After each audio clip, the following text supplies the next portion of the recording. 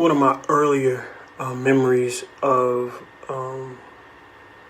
a struggle that essentially would probably kind of hang around for a heavy part of my life was I was about 15, I think about 15. It was around the time that I had a son that was being born. And I was staying with a relative at the time. I had been through I'd been on my own for a couple of years at that time. Had been through some transitions, group homes, and everything, and nothing worked out. And I went through a phase of not feeling wanted. My mom had remarried, and for whatever reason, the guy she remarried didn't necessarily want my sister and I there. So after about a year, things just got hectic, and my mom sent us away. Sent us to relatives, different relatives. But I distinctly remember staying with my cousins, my older cousins. They were pretty established, newly married. They had sons and different things like that. Just a nice structured family. And I just felt that even though they opened their doors to me, I didn't feel a part. I always wanted to know what happened to my family. What happened? Why didn't anybody want me? That was just my anthem for life. Was why doesn't anybody want me? Why doesn't anybody want me? And it put something inside of me that made me not want myself either.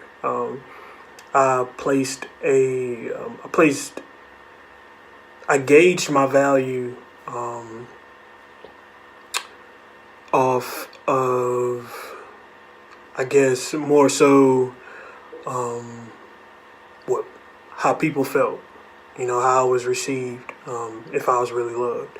And I think a lot of that came from a lack of communication. Nobody communicated with me that I could stand on my own 2 feet, that I didn't need anybody to give me a thumbs up. I didn't need anybody to pat me on my back and tell me it would be okay. Like, you make those calls. Of course, as you mature, you figure that out. But by that point, I had been institutionalized a number of times. I knew the game by then. So by the time I hit 20 or 21, I just knew whenever these episodes would come, and it seemed like they came like twice a year. And when I say it came twice a year, it would be those feelings that bombarded me so bad that I actually acted out on them. I could feel them. I could kind of feel them coming, but I never really knew what it was. Until my later years, that it's really depression. It's really me not valuing myself and me really wanting to leave here. Music was such a tool and an influence in my life. I remember being absolutely dedicated to listening to Eminem. All of his stuff was just like, at the time you can listen to it now. At the time you like, what was that? But it fed that darkness, and that darkness grew and grew, and it silently grew. And I think that's one thing that we don't talk about a lot when it comes to suicide and depression and mental health is that darkness gets fed, and it's so quiet. It's like under the radar. Like, nobody knew I was depressed. Nobody knew I was going through stuff. Nobody knew anything. And it was just a day in and day out battle for me to wake up and live. The most pivotal one, though, was probably 2013, where I tried to overdose and somebody found me on my mom's porch. My mom was at home at the time, and I went by her house, and I just literally, like, legit planned on dying there. and a friend just happened to be in the area and swing by. It was like absolute fate, absolute God, absolute everything that spared my life that day, or that night. And I remember going to the hospital. They had me drinking the charcoal and all that, and I ended up going to waking up, coming to, kind of in and out, in and out. I remember coming to, going, my exact words was, "Dang, I can't even kill myself right." And I just struggled, and struggled with the process, struggled with the thought. People would talk me. I don't think we even understand how powerful our words are. I'm a firm believer in God being the ultimate creator, and what I've learned from God is from the Bible and different readings, and it talks about His word. He just spoke things, and I firmly believe that we are a reflection of Him. Therefore, our words are powerful too. So it was a lot of things that were said and not said to me that kind of encouraged me to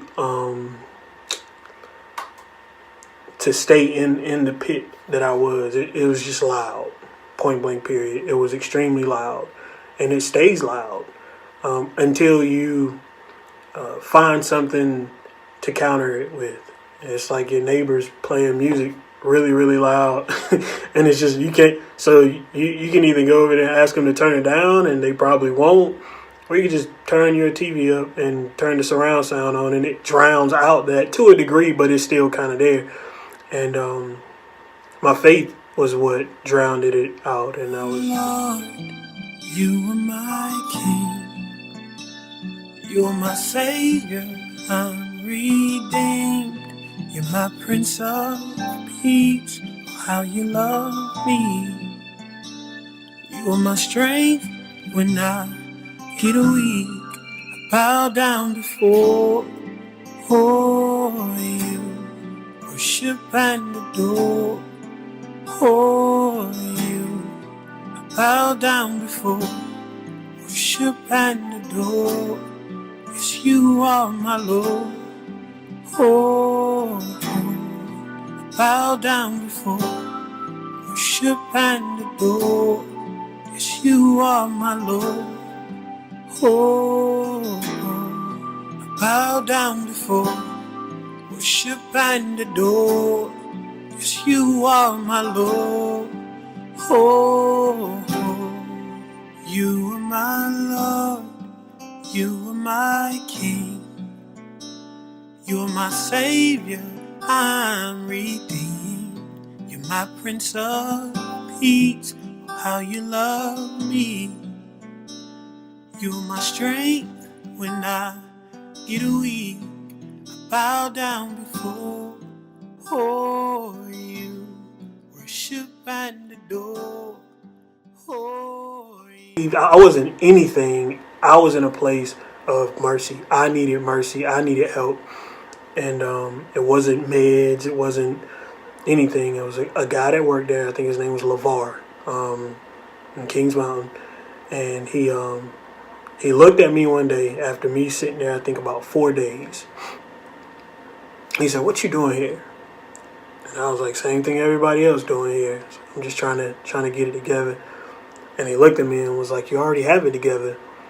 You just gotta realize that you have it together. You gotta realize that it's stuff in you." And he kept telling me I was different. Kept telling me I wasn't like everybody else in there. And I'm like, he probably say this it's like a pickup line. Like, you probably say this to everybody that come in here. But he just kept telling me I was different. And he kept telling me that I was smart. And he kept telling me that my personality is like, "You funny, man. What are you doing here?" And different things like that. That's when it changed. Nobody had ever in a facility like that, which I knew they were accustomed to dealing with it. Nobody had ever had a conversation like that with me. There was a guy by the name of Mike Eisen when I was younger, when I was a teenager, who poured into me. I was at a facility in Raleigh, North Carolina, and he poured into me so much, and he told me so. He fought so hard for me to focus on that was good, and I just couldn't. I couldn't do it. And you look back at some things, and you're like, dang, like when you're younger, you you don't pay attention to it, but that seed has been planted. So LeVar just poured into me, man. Like, he believed in me. At the time, was a friend of mine, an ex-girlfriend, actually came and visited me in a mental health institution. That was huge. I was embarrassed, but he encouraged me. He's like, man, look, like, people care, man. Like, you know, and it wasn't so much as people, you know, worrying about people, because people are kind of finicky. But he was just letting me know that if I was basing my value off of what people were saying, that I had to change my perspective, because I was only embracing that was bad. I was only embracing that was dark. I was only embracing that was heavy, and I began to just, you know, think and try and find that was good. Try and reflect on those memories, and that's when my life changed, and I decided.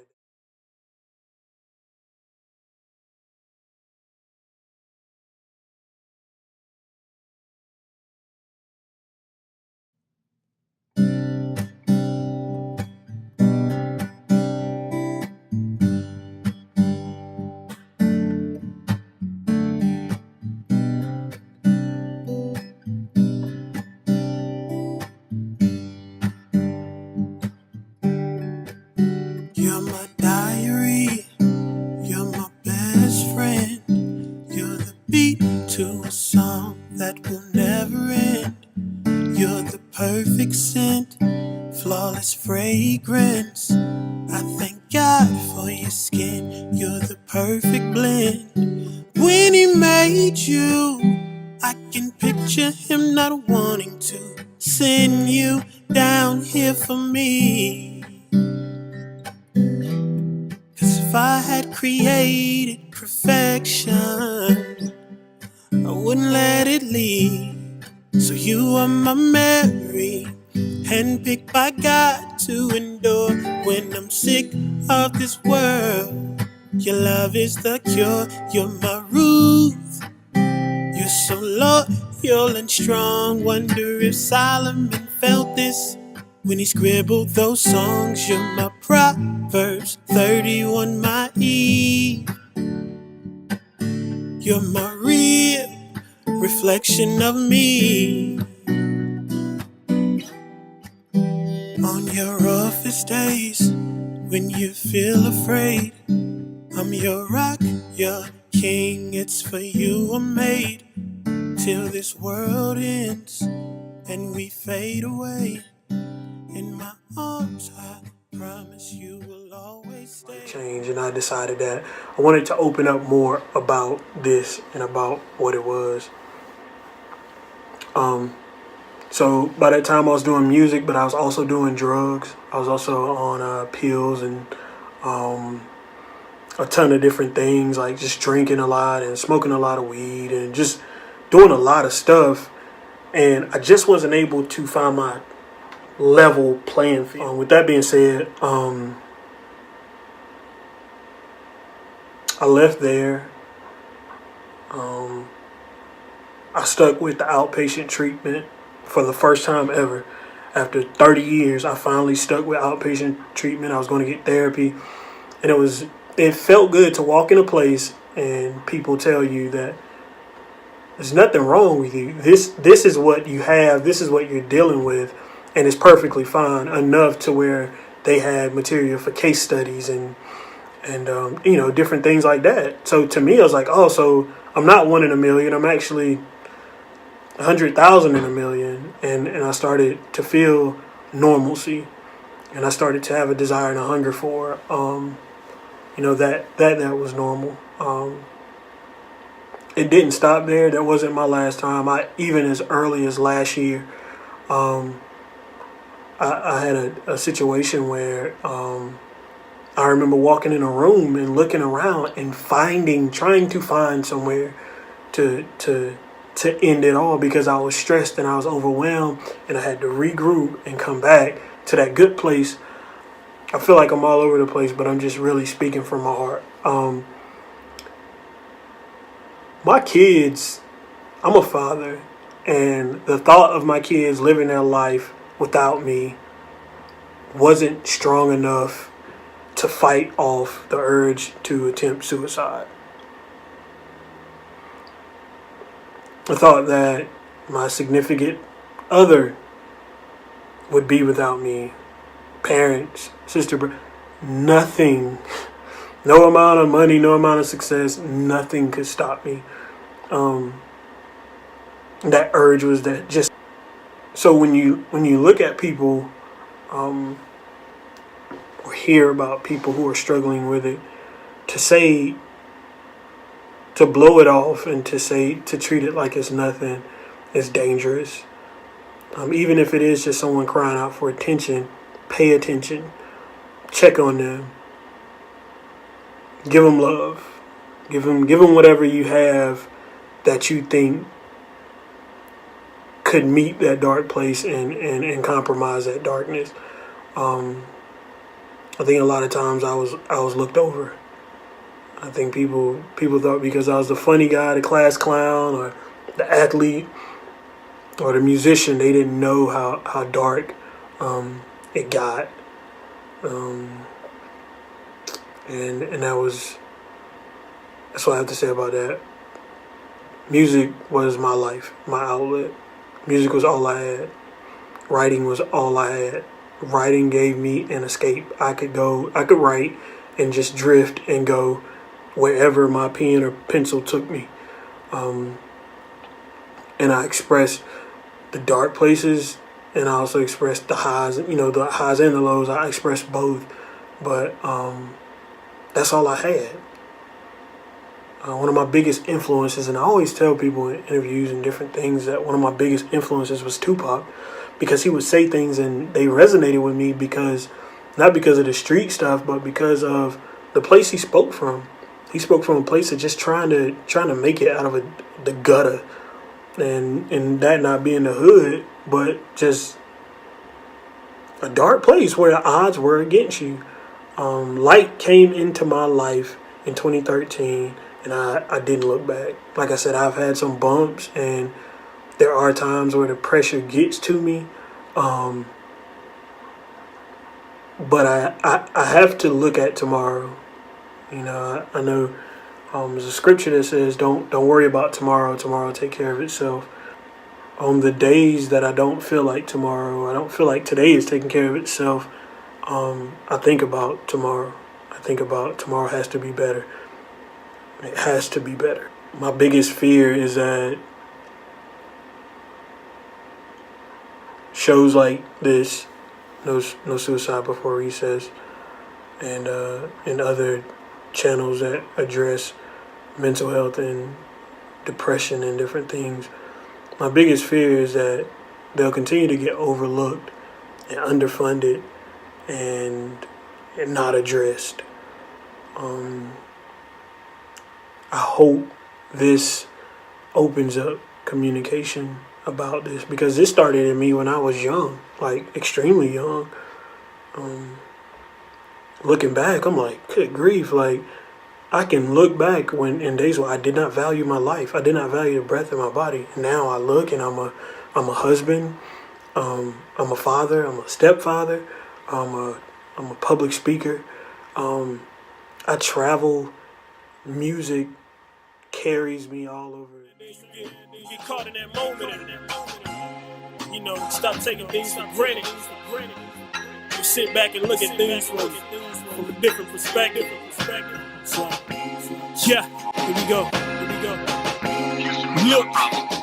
Money and motives for murder. A psychotic weapon wielder with a stolen Suburban. He got tunnel vision, he anxious, his words are slurring. He's been planning this for some weeks, so a little he's nervous. So we blame the NRA, we blame the internet, we blame video games and blame the government. We blame his dead mom for possessing the firearms, even blame mental health for the act of this mental bomb. So reality just set in, I'm reading Revelations, and then I realized the type of danger that we facing. They blame school procedures telling us to be patient. Even blamed Obama, but nobody blames Satan. See, this war ain't flesh and blood, even though bullets riddle bodies. Better value soccer practice, ballet class, and karate. It's a cold, cold world. Better huddle near the light, cause in the twinkling of an eye ain't enough time to get it right. So I kneel down and pray to the God that I once worshiped. Tears fall from my eye as I write these scribes in cursive. Not because of the shooting and not because it was kids, all because of conviction and all the things that I did. He died so I could live. He told me carry my cross.